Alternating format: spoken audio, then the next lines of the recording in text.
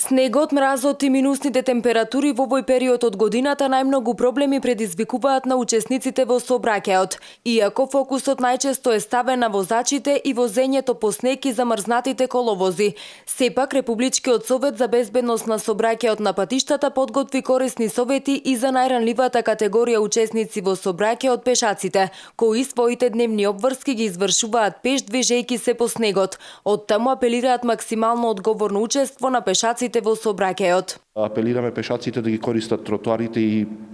пешачките патеки за движење, онаму каде што се приморани да се движат по коловозот, тоа да го прават во близина на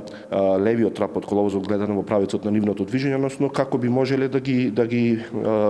перцепират и да ги забележат возилата кои што не идуваат од спротивната насока.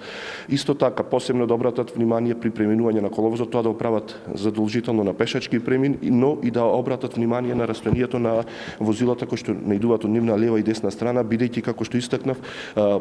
големен е сопирниот пат на возилата и во некои ситуации возачите се доведени да не можат да застанат пред одредена конфликтна точка. Статистичките податоци покажуваат дека секоја година околу 1/4 од вкупниот број жртви во сообраќајот се пешаци.